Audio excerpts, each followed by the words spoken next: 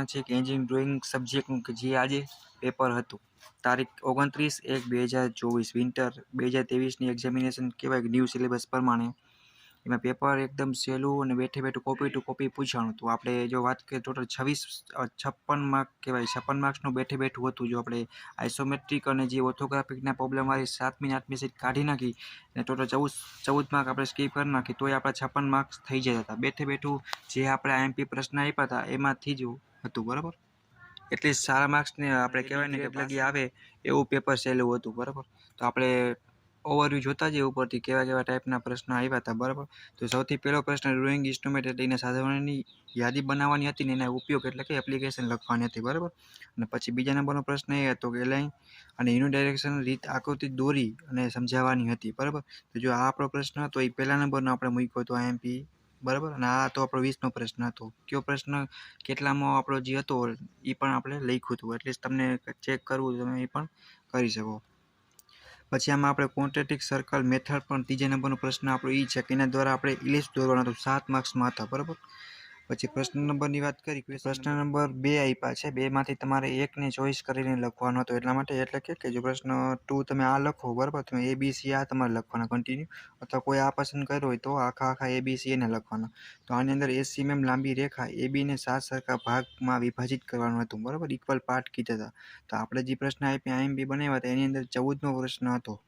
પછી હતા કેવળ કંપાસનો જ ઉપયોગ કરી ષટ્કોણની રચના કરો અને બાજુની લંબાઈ 30 mm. તો આ આપણો 10મો પ્રશ્ન હતો બરાબર.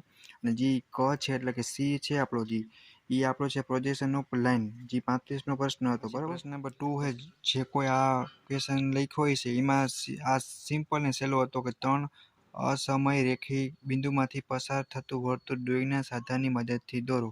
એટલે કે એક જ સીધી લાઈનમાં ન હોય એવા 3 બિંદુમાંથી તમારે વર્તુળ દોરવાનું હતું બરાબર. તો આ પણ સિમ્પલ સહેલો પ્રશ્ન હતો. પછી આગળ વાત કરીએ તો એક્સપ્લેન કરો ચેન અને parallel dimension with next sketch. તમારે ચેન શૃંખલા જો ગુજરાતીમાં જોવા જઈએ તો શૃંખલા અને સમાંતર માપલેખન આકૃતિ સાથે સમજાવવાની હતી. આનો આપણે શરૂઆતમાં જ આઈએમપી વિડીયો તરીકે નાખી દીધું હતું બરાબર. પ્રશ્ન નંબર ક કહેવાય આપણો એ હતો એ આપણો આઈએમપી ચોથો પ્રશ્ન એટલે કે 34મો ક્વેશ્ચન હતો.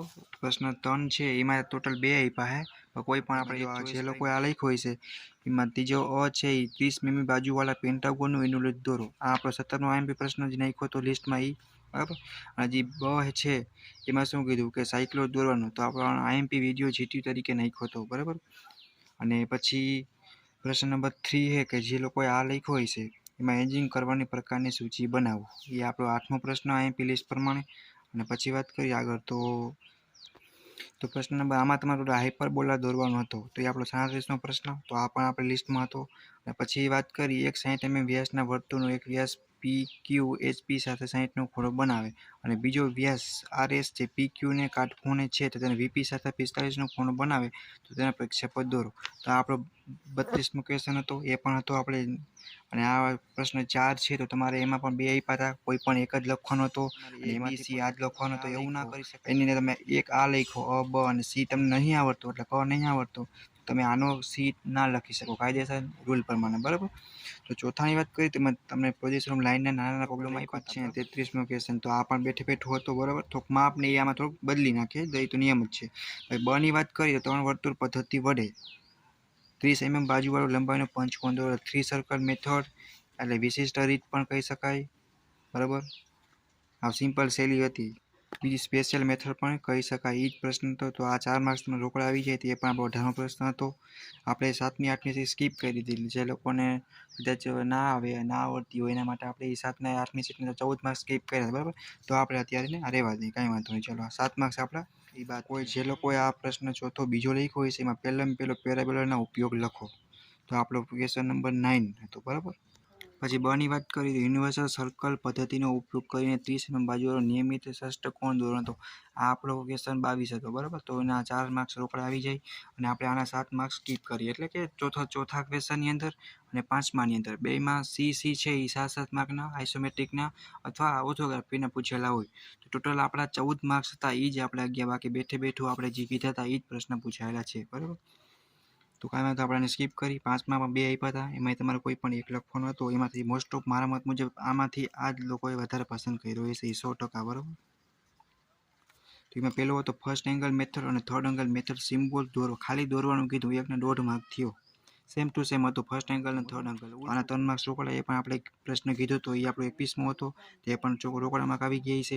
પછી એન્જિનિયરિંગ ડ્રોઈંગમાં વિવિધ પ્રકારની રેખાઓ અને તેના ઉપયોગ લખો, એ પણ આપણે કીધું તો એના 4 માર્ક રોકડા આવી જ ગયા છે ગેરંટી. એટલે 11 માર્ક, ટૂંકમાં 11મો પ્રશ્ન હતો આપણો જે એમપી કાઢ્યા હતા એમાંથી, બરાબર. તો 11મો એ થયો.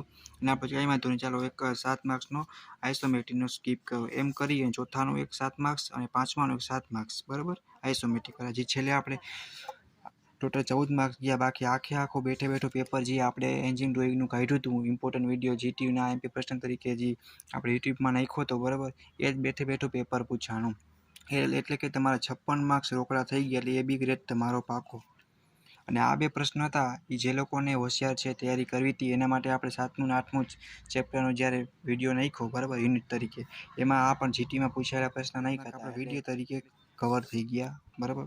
બાકી બેઠું પેપર આપણું એન્જિન ડ્રોઈંગનું હતું. આરામથી તમે પાસ થઈ જાઓ નહીં, પણ સારા માર્ક્સ આવશે. જેટલા પ્રશ્ન કીધા હતા એટલા પ્રોપર કરી ગયા છે, એને તો આમાં એ બી ગ્રેડ પાકો જ છે.